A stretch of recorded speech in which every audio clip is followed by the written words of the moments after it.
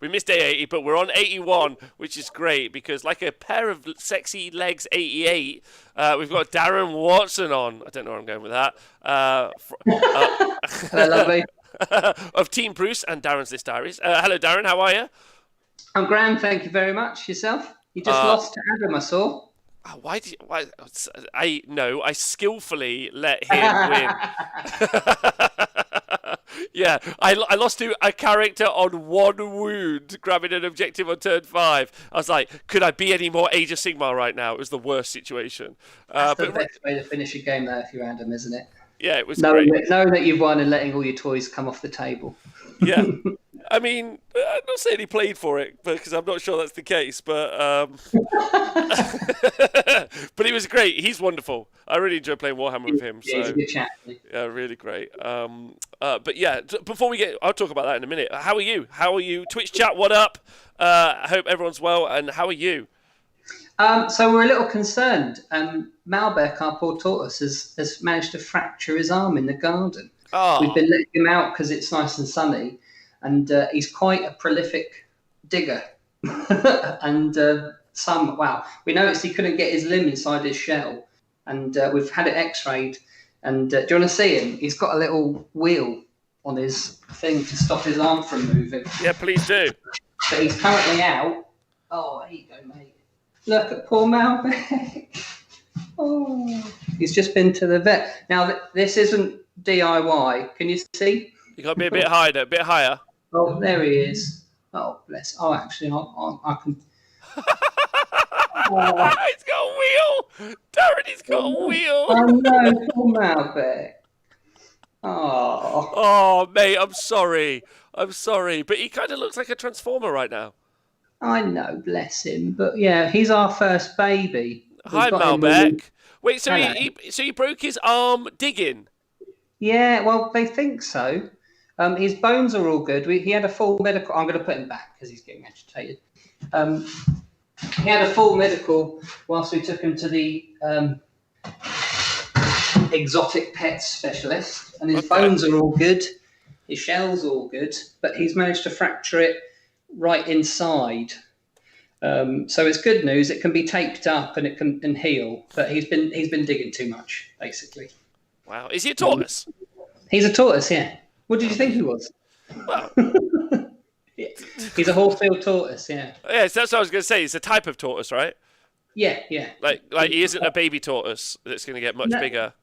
No, he's about. I think he's about 7 years old now. So he's pretty much. He might get a little bit bigger. I mean, he's going to outlive me and Alex, which is a strange. Well, yeah, I was going to say, how long do they live? 70, 80 years, I believe. That's awesome. But but it's sad to see him with a little. He's pushing himself around. He looks so sad. Oh well, he'll get better. I really hope so. That'll be. He will get better. He will get better. Pray for Malbec. Well, a big love. Can we all wish in the chat, please, Malbec some love? And if anyone is a tortoise, lover and would like to send Malbec any presents, I'll leave a link to Darren's Twitter in the chat below. You can send him some loves. Maybe a pillow. What is it tortoises even like? He loves peppers. Does he? What, capsicums? No, the orange, yellow peppers are his favourite. Oh, bell peppers? Yeah. Yeah. Okay. That's cute. All right. I'm watching him hobble to his food tray now. Oh, bless him. Oh, that's cute. Now I want a tortoise. They sound you should get a tortoise. They're great. They're no problem whatsoever. They're wonderful creatures. Oh, okay. That's rad. I'm gonna literally have that conversation today when I get home. I'm gonna be like, I want a tortoise. Right, but apart from that, how's Warhammer? How you been doing in the Warhammer world? So I've been steadily increasing my TTS skills, yes. And I got the confidence thanks to playing people. I had a few games with against. I played Luke Morton, Simon Weekly, Owen of Sock fame, Owen Jackson, and they've been quite patient with me, and I got the confidence up to take part in Adam's tournament on Saturday. Yeah, and so I think I'm pretty much there with my TTS skills now, and it's just great, isn't it? Like, you do get the same feeling rolling the dice on, digitally that you do in real life.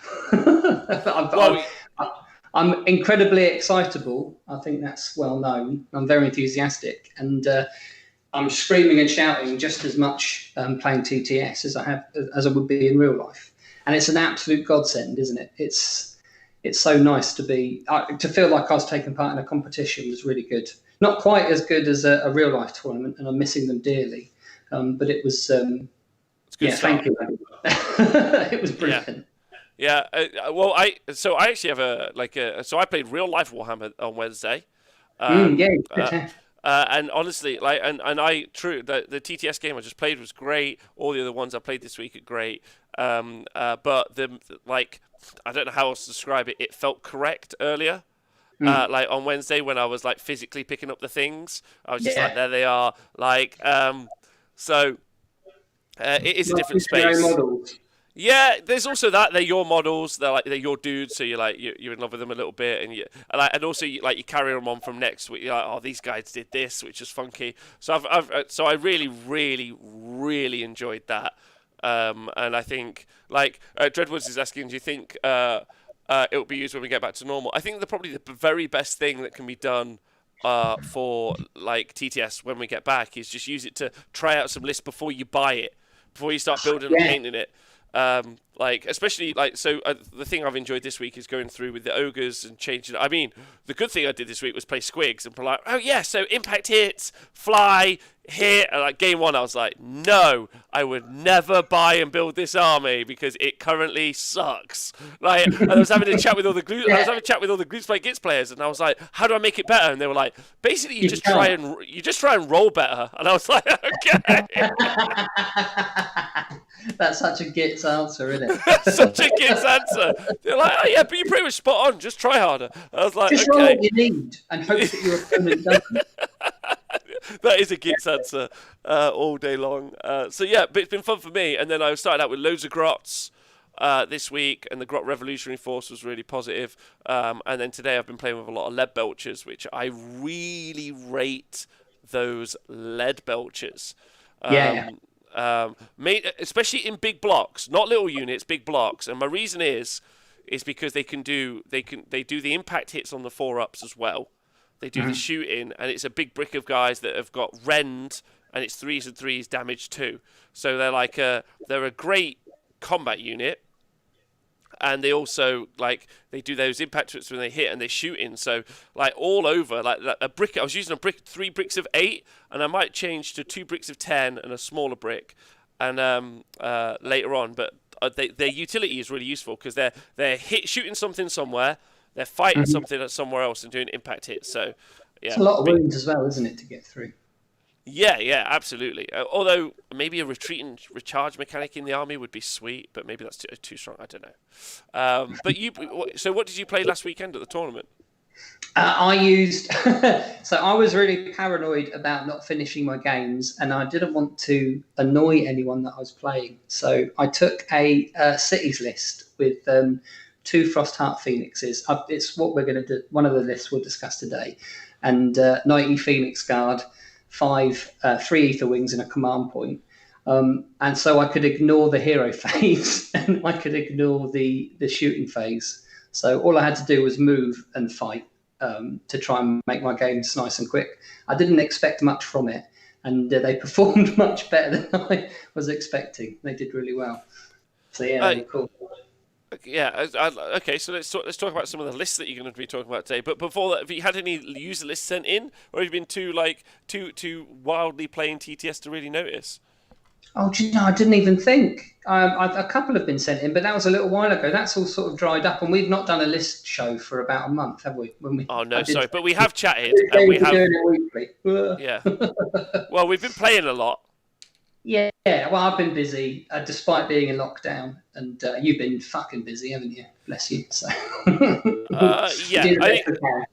Yeah, we're doing well, and I'll try and do better. So if it's my fault, I'm going to tell you that I'm going to try and do better. No, there's no fault. No one cares. No one's missed it. Don't worry. No, they have. People love hearing from you. Can we all get some affirmation for Darren in the chat, please? And also, if you're listening to the podcast, it's time for me to tell you to stay hydrated. It's time to tell you that thank you for being on the Wargaming Patreon. It's time to tell you that Black Lives Matter. It's time to say thanks for joining us live. I forget to do all of that. And there we go. And please drink some water. There we go. That is it. So, yeah, see, Darren is life. Darren is love. There we go. First statement in the chat.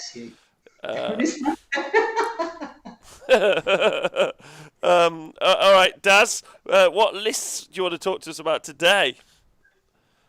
So I'd like to talk about some of the silly lists that the TTS has made possible, and some of the learning games I had with them. But they actually turned out to be loads of fun. You played this first one, didn't you?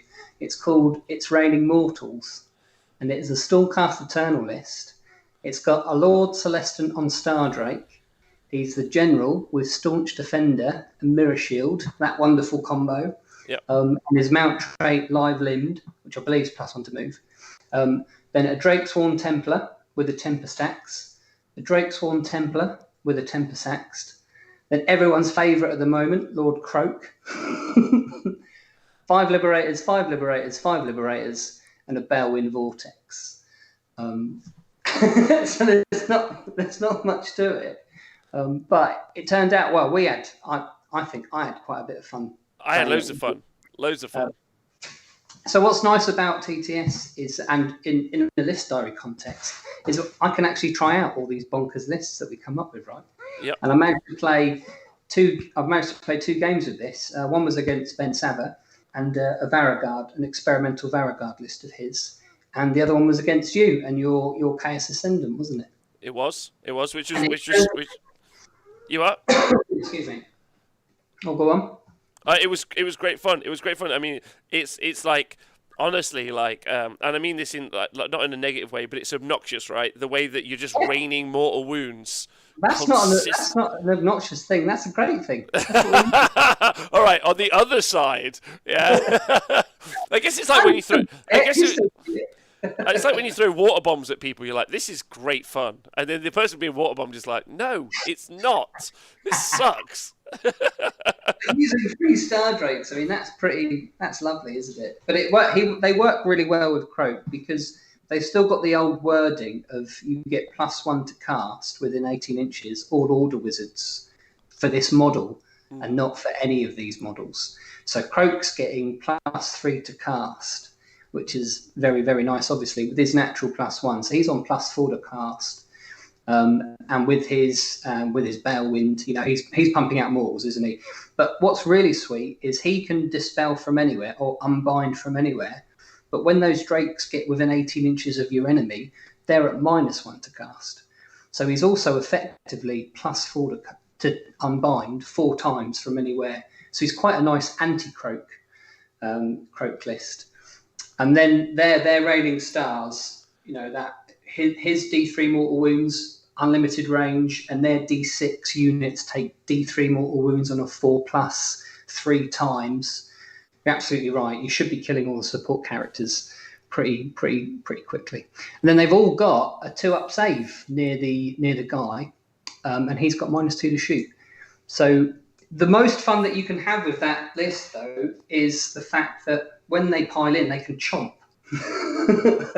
And against you, I managed to chomp one of your Kadai, didn't I? And you'd put them in a string, put them in a line.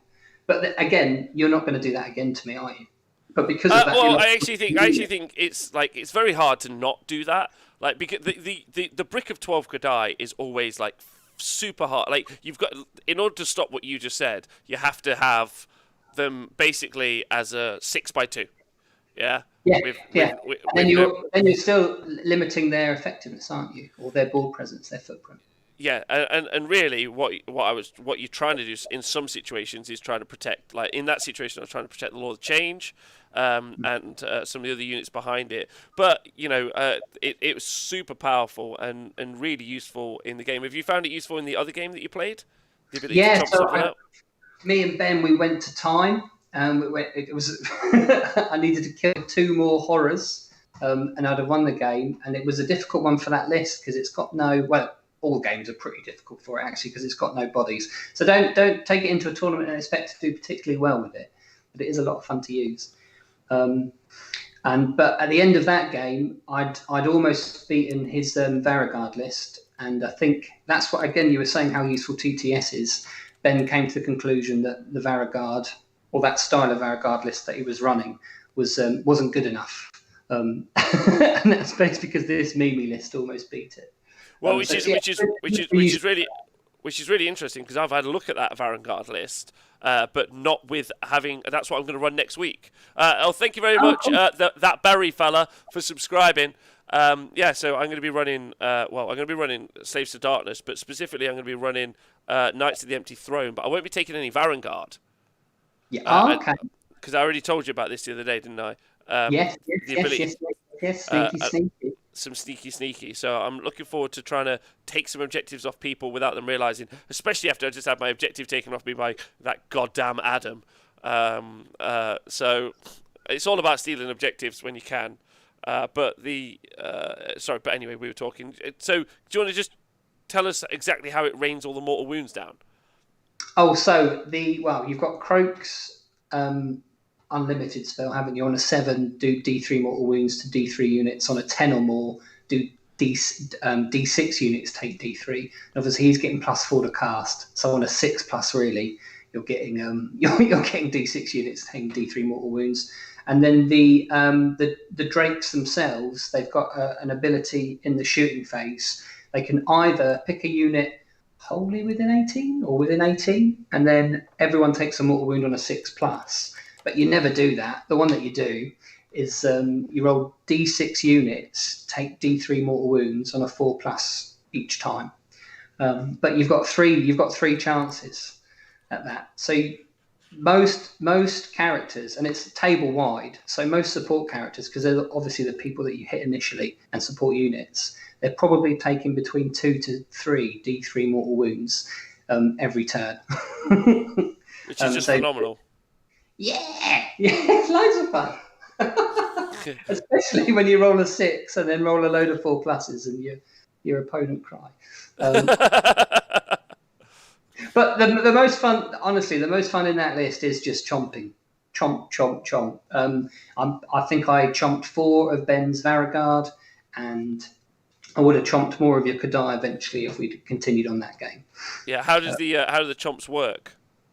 Oh yes, of course. So every time you pile in, you can pick up to three people, and that's another good question actually, because you can pick the model that gets chomped, and if you roll over their wound characteristic, they're slain. So if you're fighting horrors, for example, you could chomp that banner down, and on a 2+, they're not going to be able to regrow if they make their shock, etc.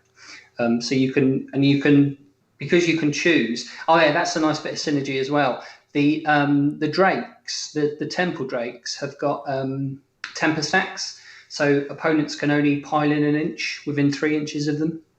So you can try and create situations where they can't double stack enough, and your chomps can go through them, so you can split units in half. And like when it comes to battle shock, you can that's how you deal with half-guard berserkers. You can just chomp them. You've got up to 9 chomps on this in this in this list, so that would be like 8 half-guard berserkers. So that's the equivalent of 16 mortal wounds. That's brilliant. It's really brilliant. Yeah, it's crazy. And also like the ability not only taking out the berserkers and the actual units, but their support characters so that they can't use those abilities so well. I think I do wonder about Croak's inclusion in Age of Sigmar. I wonder if it means that we see more heroes that are tanky, or we see just less heroes on the board. I'm not sure what the effect is, because his ability to just keep raining mortal wounds on people pretty much with impunity. He's not staying at 320 points, is he? That's madness. Yeah, I don't think it'll be a massive. He's at least 4. 400, at least 400. Maybe more, so he can't be allied out.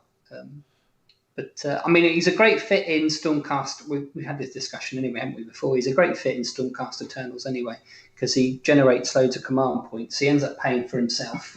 In this list, you're not doing much with it, other than giving himself a +1 armor save and making sure that you're re-rolling your charges, etc. with your drakes. So they're more consistent. Which drakes do you? I mean, all the links to these lists, by the way, are below. But what actual drakes do you run? Drake, the Lord Celestant, so he's got a 2-up save with Staunch Defender, and he rerolls ones, so he's staying alive, and then two Tempest ones, because they've got those really useful Tempest axes, and then all of them can fit in and Croak and a Balewind. If you're on TTS, that's the thing. TTS allows you to do this, right? I'd certainly recommend giving it a go. What, run £300, well, £400 armies without having to actually buy them? Yeah. Amazing. Yeah, it is amazing. Not for the company though, but great for us. But who cares about them? I don't imagine they'll let TTS run much longer after lockdown, do you? Maybe. I'm not sure. I don't know. Like, if we'll see. I guess is the real answer to that situation. I mean, to be honest, the thing that we're talking about here is playtesting lists, and it would be very possible people to just buy. It's very possible people to just buy a bunch of bases that fit any army, and then you could just theory craft that stuff in real life if that's ever your desire. I think one of the weird things about what we do at the minute is if I wanted to buy, let's say, a Bone Splitters army, I could just put down 180 bases or whatever I might run, and then my opponent and just say, look, this is me trying this out, but some people will be like, no, you go spend that money to find out if you even like it. I'm like, no. No, people with the money to spend. Yeah, but I hear what you're saying. I hope it continues. I like that list as well because I like that it feels like it's a really good team list. I think, because some lists will not be able to handle that, and some scenarios it will be immense at. Most of them it's rubbish at because it needs bodies, and that's what I've struggled with when I played you and I played Ben, was that he's only got 19 bodies. I mean, I did play Hayden the other day, who only ran 7 bodies with his but they count as 70 for objectives. So yeah, that's true. That's true. That does work. Do you think we might see? If that happens in the general handbook, and they piss about with how monsters interact with objectives, then it could be a viable list. But so I agree with you. It's a good situational list and a lot of fun. Yeah, I agree. Okay, all right. So what's the next list? I'll talk about the list I used at the weekend. Please do. At the tournament. So this one is Phoenix Wings. It's from Hammerhall, from the realm of Akshai. Is that right? How you pronounce that? I'm not sure at all. So it's 2 Frostheart anointed phoenixes. The general's got aggressive general and Ignax scales. And then it's just 30 Phoenix Guard, 30 Phoenix Guard, 30 Phoenix Guard, 3 Ether Wings, and an extra command point. Perfection. There's a few bits and bobs going on here. So obviously you've got all those Phoenix Guard with their 4-up after save, right? So they should be difficult to kill, you'd think, wouldn't you? I lost 40 plus in my first game against at the weekend. 40? Against 40 of them from a Zinch Flamer, Zinch Chariot. I mean, the list. Oh, I love that list. How did it play? Really? It was so good. It was so nice. It was so fluid. It's obnoxious. Everything re-rolling hits, hitting on 2s, wounding on 2s. Yeah. I lost 40 Phoenix Guard in the first turn. Which is technically 80 wounds, right? just more than that, because you've got your armor save as well. But it's all Rend 1 and Rend 2, isn't it? So it's eating through your armor. But luckily enough, because it was Hammerhall are immune to battle shock whilst they're in your own territory. So you can take an obnoxious amount of damage and it not ruin your day. So I managed to double turn. No, I didn't double turn. I managed to. Hammer Hall have got this command ability, whereby if they're wholly within the enemy's territory, and they're wholly within 12 inches of a Hammer Hall hero, they can pile in and attack again. Yeah. So even though I had sort of like a couple of units of say 10 Phoenix left, and there was a big block of 30 on the right that hadn't been shot, hadn't been concentrated on, even those 10 when they went in, I was able to kill all 12 of the flamers in one go. And when the general charges in, he's got aggressive general, so that's +1 to hit to everyone within 12 inches, wholly within 12 inches. So those and their command ability from the Frost Hearts is everyone wholly within 12 inches, I believe, is reroll wounds. And because you've got an excess of command abilities and you haven't needed to use them for your battle shock, every time you roll a 6 in the hero phase for a standard bearer, because you're Hammer Hall, you get an extra command point. So I was doing quite well. I probably had 2 or 3 command points to use in the first turn, and then a couple throughout the game, because I also start with a command point. You're hitting on 2s with rerolls, wounding on 3s with rerolls, with rend 1, and you're swinging again. And if you get a block of 30 in, that is 61 attacks, hitting on 2s with rerolls, wounding on 3s with rerolls. It's like 50 plus wounding hits, rend 1, that you can swing twice with. So it's it's pretty. If you can set it up right and get them in, then they're fantastic on the double turn. On a double turn, this army rips people up. And the Frost Hearts themselves aren't shy in combat either. They're not as good as I was hoping. They need rend 2 really, I think, or better great weapons. The Frost Hearts. Yeah, the Frost Hearts just didn't seem to do a great deal of damage, but then they're keeping your army alive, right? So yeah, because it makes your army -1 to wound, right? That's so big. Yeah, it's huge. And I took 2 Frost Hearts because I was expecting to pay Seraphon. I managed to avoid them, which is probably how all weekend. Yeah, well, there's only 3 games, isn't there? I paid 2 huge armies and an OBR catapult list with it, and this managed to go 3-0. That's good. I had one of the best endings and one of the most tactical games I've ever had, and it was on TTS in game 3.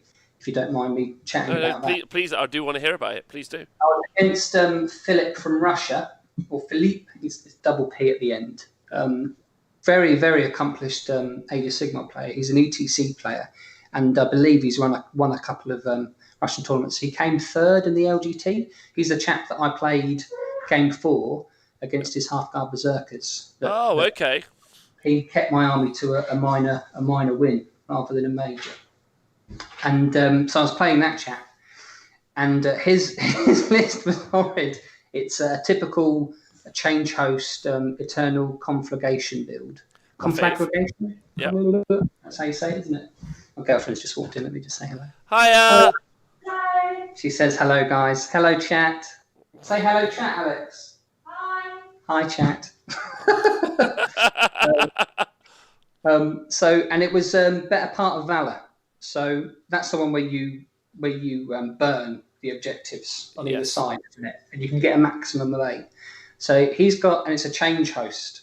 So he's got 20 horrors in one big block. The big bird chicken, loads of flamers, exalted flamers. And luckily I played that first game against all the chariots and the flamers before, and I'd lost 40 Phoenix Guard in a turn. So there was no way I was going anywhere near him. So he gave me the first turn, as you obviously would, and I didn't move. I just went up to the objectives, kept my guys behind, and I'd strung out a unit of 30 on the right all the way behind, and my ether wings were in the backfield as well, so he couldn't teleport behind me. So I didn't move forward at all. And then I think Philip was a little, all right, well, if I go forward, if you win the turn, then you might be able to get into his units. So he teleported forward his pink horrors, but not very aggressively. because he didn't. I put it in such a way that he'd only be able to get one threat into my army, and then cut perhaps two if he won the turn right. So he was at risk of me doubling back into him later on.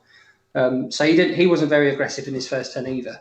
Then priority came, I won it, and I gave it to him, and then that meant that I now have the chance of doubling. He's not in range of anything. Long story short, we spent 3 turns doing nothing because he can't come forward. Basically playing chicken. Basically playing chicken. And I was saying to him, look, I'm not coming forward. There's no point in me coming forward because I can't deal with your entire army shooting at me over a couple of turns. So it will just be over. And I can't come off my own objectives because you thin me out too much at the front. And then I'll have to bring up my other guys defending my backfield. So I'm not going anywhere, right? Yeah. So this, and then I won the 3rd priority, gave it away.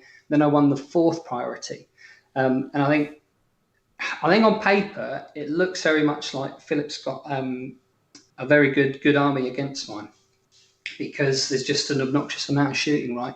But he wants to win, doesn't he? So he decides to commit.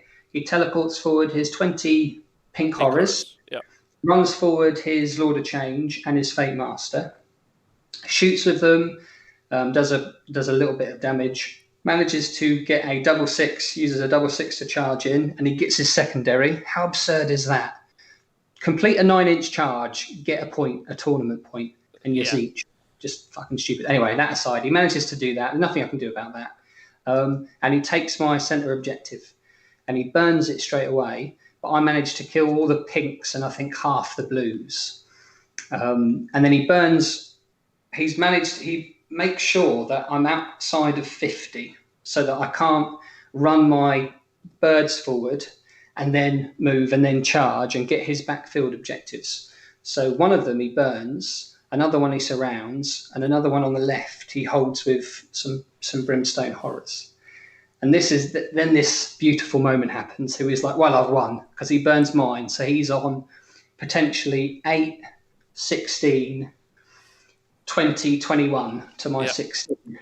And I was like, no, never give up. I had a bit of a hissy fit when I realised that he'd taken my centre and he had more brims and my guys hadn't killed enough. Yeah. But then I got over it.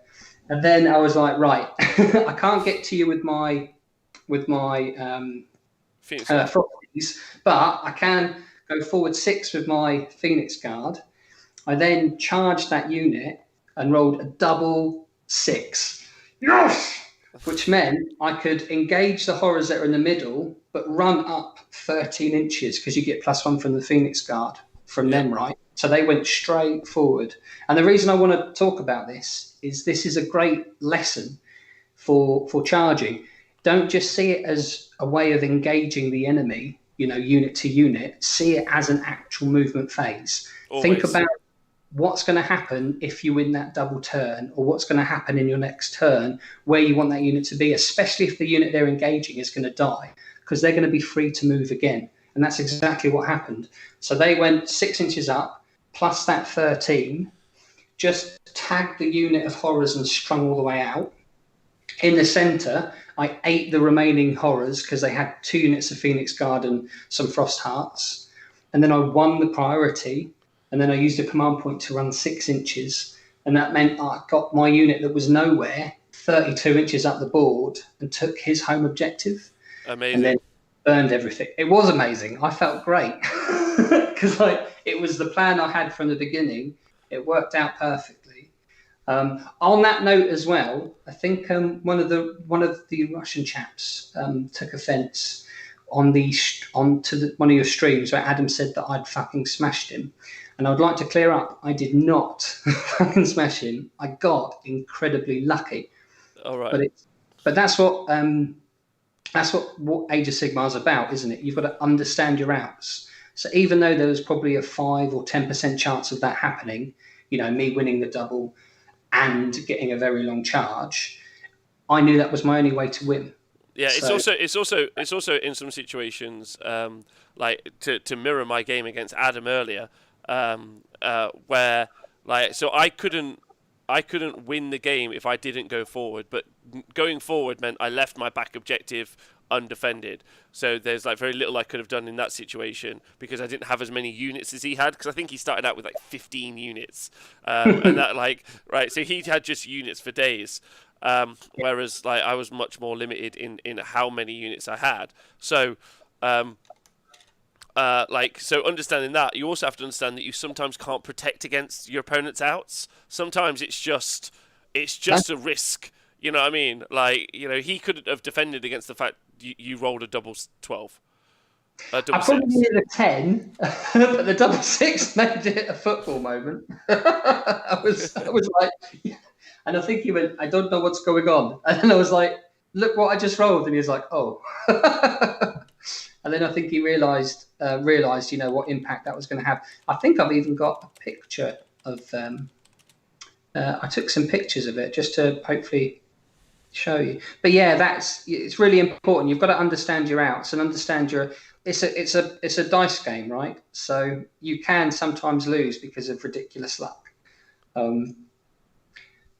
even that. Like in that situation, for example, like it wasn't like understanding your outs is a really important lesson. Also understanding that sometimes you can't stop someone's outs. You can try really hard to mitigate. You try really hard, but sometimes that situation, you just got to let the situation play out as best you can. I think that's all you can do is mitigate your luck. That's the difference between someone that complains about luck and a good player, isn't it? That you do your best to capitalise on any good luck. You put yourself in a position where you can capitalise on good luck, and you put yourself in a position where you mitigate any damage that you take if you get bad luck. And that's why it's not. That's why it's the same people at the top doing well, and it's not just about luck, in my humble opinion. Oh no, there's definitely skill. I mean, obviously. Plus, also, some people just run the same broken armies every time when it's a new broken army, so that also helps those people too. Well, it sounds like a great game. You must have been over the moon when you saw that 12. You must have been like, sweet. It was like I say, that I harken back to earlier. It was just like being at a tournament, the experience of it. That's amazing. Am I moving to the left in chat again? Yeah, you need to be more to your left. More to your left. No, you're going more and more left. Go to your left. Your left. There you go. You've done it. Oh, nailed it. Can you see these pictures? Let me see if I can. I don't know if you can see that at all. Yeah. Can chat see that? Yeah. No, not very well. Oh, there's a little delay when on the screen and when I'm actually moving stuff. So that, I don't know, can you see the yellow guys there? That's the Phoenix Guard. Yeah. And then the next one, this is where they ended up. So hopefully you can see what I'm talking about. This is riveting, isn't it? me trying to use technology. Okay, so that's where they ended up. So that's, hopefully you can... Wow, right at the other side of the board. Oh, you can't fucking see it, can you? Why isn't that... Oh, fuck me. I just give up using technology. You're doing great. Okay, yeah, fuck it. Podcast listeners, they do love me. That's absolutely right. So it turned out to be a lot more fun than I thought it would be, and it was quite successful. Double swinging Phoenix Guard and double swinging Frost Hearts. Yeah, they're pretty good. They're pretty good. So that's I mean, I think you could certainly play around with this list and add like a wizard. I don't think it needs 2 Frost Hearts. You could put like a Hurricaneum in there, for example, or maybe a Battle Mage with Fast Protection to make your Phoenix Guard even tankier. Maybe Geminids to make them even tankier. But yeah, that's a good. I think that's got some potential. Hammerhall Phoenixes. Yeah, that's. I think. Yeah. I think that Phoenix Guard is such an obnoxious unit, right? Like to deal with, because really you're like, that's 30 wounds, but it's actually 60 wounds. It's got a 4-up armor save. You're like, sweet, there's time to get on with it. And then 60 wounds, that's -1 to wound. And like you said, if you put Geminids in, so it's -1 to hit, -1 to wound. Oh boy, that's a thing. And it's also it's scary to face as well, because you look at it and you think, how am I dealing with that? Whereas their output, like when they swing twice, obviously amazing, but their output's like good. It's consistent. It's anything that comes near it is going to get punched in the face, and it's got reach too as well. So it's difficult to tag that unit with. Most people try and tag units with little support units. Even then, they're getting buggered, aren't they? Yeah. Big shout out to Dave Fraser in chat. Missed him loads. And also Owen Jackson, War Machine, and Chris, and the Irish Chin. I fucking love that guy. So happy to see him. I was doing an Irish accent earlier, actually, but you won't like it. Darren! I'm not going to do it. Anyway. So your ways of improving it are to maybe add a wizard into it. Would you think about adding something fast, like a little gyrocopter, little cheeky gyrocopter? Yeah, go crazy. Do what you want. It doesn't need to go first or have control of going first. It's quite, because of that hammer haul ability, being immune to battle in your own territory, you can take a punch. So you can probably add units to it willy-nilly. You don't need 90 Phoenix Guard. I just wanted an army that didn't require any thought, because that's on. I think that's fair. All right, is there another list? Yeah, probably the best and the best journey that I've had on TTS designing a list initially was, it's a Legion of Sacrament list, and it started out having like Ark and the Black in it, and it started off having a Mortis engine in it and a corpse cart, so I was getting like +5 to cast, because Arkan's got +2. You get +1 for being Legion of Sacrament, you get +1 for the Mortis engine, you get +1 for the corpse cart, and his command ability is +6 inches to all your spells of your wizards within 24 inches or 18 inches or some such. Yeah. And I wanted to create like a Sacrament endless spell army. And I played a game with it, and all the little combos and all the little tricks that worked, but they weren't as good as I'd hoped. So I ended up removing the Mortis engine, removing Arkan, the Black almost, and I just wanted loads of bodies, and ended up with this really obnoxious. And I think it's potentially quite good against Lisbon, because I think Death are in quite a good spot there. Their support heroes are reasonably tanky. Their necromancers chin off wounds on a 4+ to units, summonable units near them, and they've got a natural 6+ after damage save anyway. So it's going to take sort of 2 or 3 turns to get your necromancers, but you can deploy them so that they can't be in range of his really obnoxious spells. So they're only taking D3 mortal wounds in the first turn, of which you're going to save some of that damage anyway. And they've also got vampires, which have got a natural heal, D6. So I think all their characters are relatively well protected against being killed early on in the game if you deploy them and move them correctly. And then the units themselves, because they're summonable, Seraphon pump out a load of damage, right? So the theory is, accept that they're going to do that, let a load die, and just bring them back. And this list ended up, I really wanted to sort of accentuate that mechanic. So I've gone for Legion of Sacrament. It's a necromancer. He's got the Mastery of Death. This is great. Units within 6 inches get a free 3-inch move. So it just adds 3 inches of threat range to all your shiz. And then you've got Overwhelming Dread.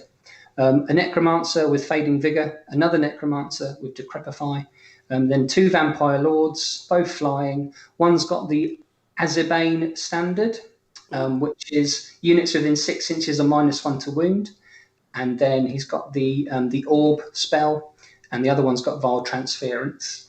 And then there's just 40 chain rasps, 40 chain rasps, 10 chain rasps, 30 grim gasps, a corpse cart, Geminids, an extra command point, and Umbral Spell Portal.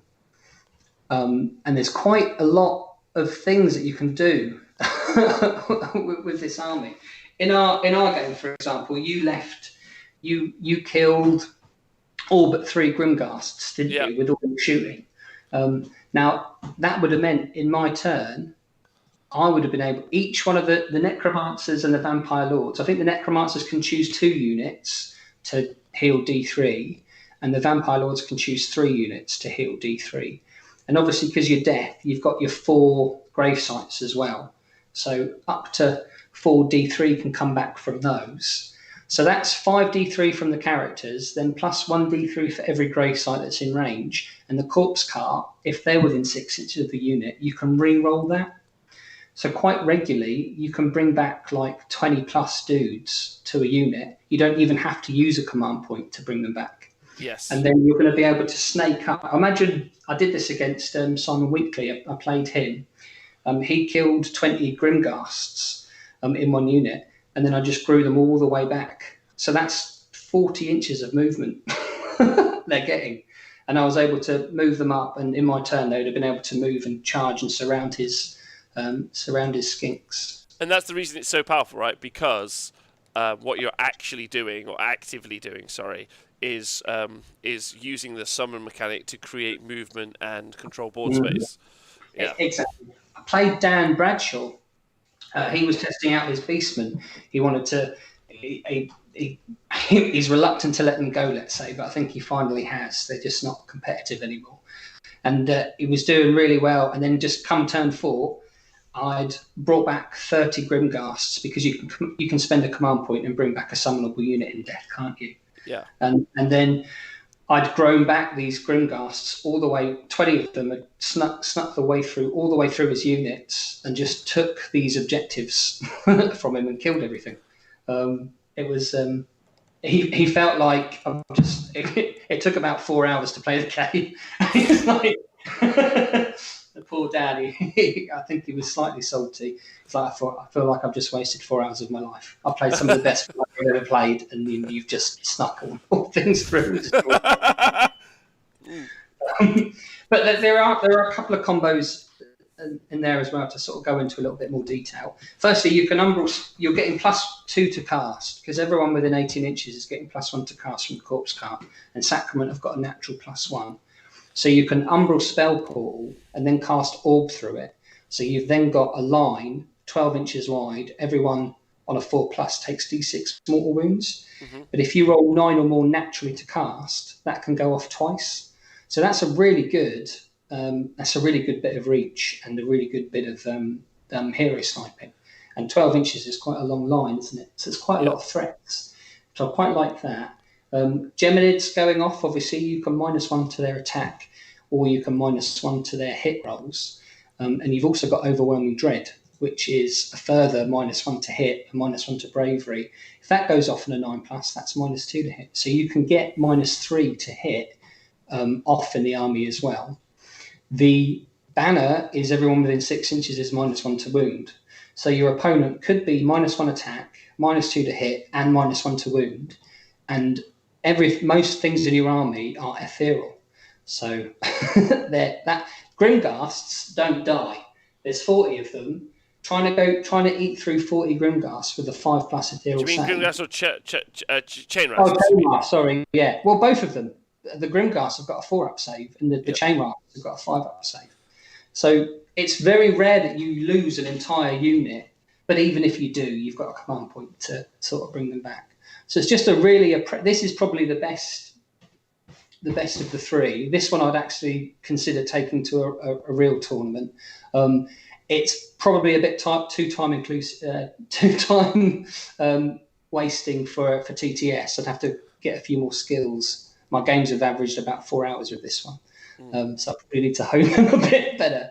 But this one's obnoxious. This one's really good. And then the Grimghasts themselves, you've got Van Hale's +2 to cast in this list. The Grimghasts swinging twice. And the Vampire Lord as well has got a command ability, giving them +1 attack. So you can get 90 attacks, re-rolling hits if your opponent's got 10 or more models in the unit. Wounding on 3s, rend 1, swinging twice. And because you fly, you're getting everywhere. Those Grimghasts move 8. You can get +3 from the Necromancer's Mastery of Death. That's 11. And you could have grown, X amount of inches from your dudes. So you've just got, it feels a bit like a spider web, just sort of slowly taking over the entire map. But this one I really like. This is and it's a Sacrament list. You don't see many Sacrament lists, do you? Not really. I mean, like, it's a bit of a blast from the past. Like some of those elements that we've seen before, and we have seen, like Owen is saying in the chat, we've seen that regrowth mechanic. It's quite an old mechanic as well, so I think I'd quite like to see that cleaned up in the future, because it's an old way of just putting bodies on the board, which seem quite odd. Like, it seems counterproductive or counterintuitive nowadays. You'd like to see chain summoning go by the wayside. You'd like to probably see that go by the wayside, but it's definitely very strong. And yeah, I mean, even if you do end up not being able to bring them all back, 1 CP, bring the whole lot back. Like, here they go. Yeah, well, it started off as sort of trying to, obviously Seraphon are doing well, and I think it's potentially quite a nice counter to Croak and friends. I played against Simon Weekly with his Croak, and he managed to do 1 wound in the first turn to the Necromancer, for example, and then he managed to kill like 20. I think he killed like 40 ghasts, but over 2 units, and they would have just all grown back. But that game was like 2 hours long, and we got 1 turn in though. So, but it demonstrated to me that the potential for the list. So yeah, I appreciate it may be a bit boring, and it may be a bit old, but I like to go back and revisit old things when the meta shifts to see if there's any answers there. And I think this is quite a nice answer to the questions that Seraphon posed. I don't think it's ever been a bad build though. Like, it's always been a thing. Like, I mean, there's even, I would argue that the reason the chain rest are obviously so good is they just ignore Rens. Obviously, I mean, you could put 40 chain rests into like a Stonehorn and be like, well, you're probably going to kill a lot, but I'm going to ignore a bunch of these attacks on 5-ups, like, which is huge. Like, and doing 40 wounds is tough anyway. Doing 40 wounds with a 5-up that ignores Rend. 5-up, 6-up. Yeah, 5-up, 6-up, of course, yeah. Is really good. Plus, playing loads of ghosts is fun, right? But there's all the debuffs in the world in the list as well, isn't there? So yeah, it's cool. Yeah, really good. And at the end of the day, in an objective scoring game, having that many bodies, I think it's interesting that you went down from the elite characters. You just went down to pretty basic characters and just more bodies. Well, they were the strength when I played with Arkan, and I just kept thinking to myself, yeah, I've done a few extra spells. I really wish I just had more ghosts. I really wish I had some Grimghasts. All those lists are available on the Honest Wargame website, right? Yes, yeah, I'll pop them up there. You can ridicule me. You can tell me any mistakes I've made, etc. That's what people like to do. Stonehorn kills about Bogler says Stonehorn kills about 20 chain rests a turn, no joke. So you just have to plan to lose a bunch of models, but then you get to charge the Stonehorn with your other models, and it just dies to weight of dice. Yeah, and Nighthorn and Death have always controlled the board really well. That's always been their thing. It's actually really hard to stop it because they fly. Like, that's actually. It's so good. Oh, beautiful. Beautiful. Yeah, really it's a lot of fun to use. I appreciate it might be obnoxious to play against, but I really enjoyed using it because there's so many different ways that you can. There's so many different. It's difficult for your opponent to see what's coming. So you can play. You can play in a very fluid, very. You've got lots of options. Yeah, it's just really. It's a load of fun to play. I really enjoy it. Okay. All right. Well, all the lists are available on the website, right? Which I'll include in the show notes. Mm-hmm. Nice. You got any shout-outs? Anyone you want to big up at the end of the show? Let's, Black Lives Matter. What we've seen from the community, I think, was really positive over the last couple of days. And I'd like to shout out the people at GW for making their statement. It was well worth the wait, wasn't it? Well worth the wait. So shout out to those and our brothers and sisters across the world. I'll take a knee for them all. Oh, I don't know if you can see that. Yeah, you've done it. Good job. That's the most important thing to shout out right now, isn't it? It is. And if you and to echo the sentiments of some other people, Vince did a really nice intro to his Warhammer Weekly. Obviously, if you want to be supportive and help people, the easiest thing to do is if you can't actively be involved, you could donate, and if you can't donate, then you can talk online, and you can also read books and educate yourself, read things, and also just big up So Jonah Alibi says, "Don't bring politics into my entertainment, you twats." I'd just like to tell Jonah Alibi to fuck off. I hope you fall over. I hope you fall over and hit your face and break a tooth. I'll shout out whoever the fuck I want to on my show. Yeah. As will I. Yeah. You fucking suck. Forever. And that goes to anyone who doesn't not being racist. Not being racist. Not being racist isn't a political statement; it's a moral statement, and it's a great thing. So it's a great sentiment, Darren, and I couldn't agree with you more. And if you don't agree with it, I don't want you to ever listen to my show or be a part of it ever again, in any way. So fuck off. But if you do echo that sentiment, I love you loads. Yeah, right. Big cuddle to you.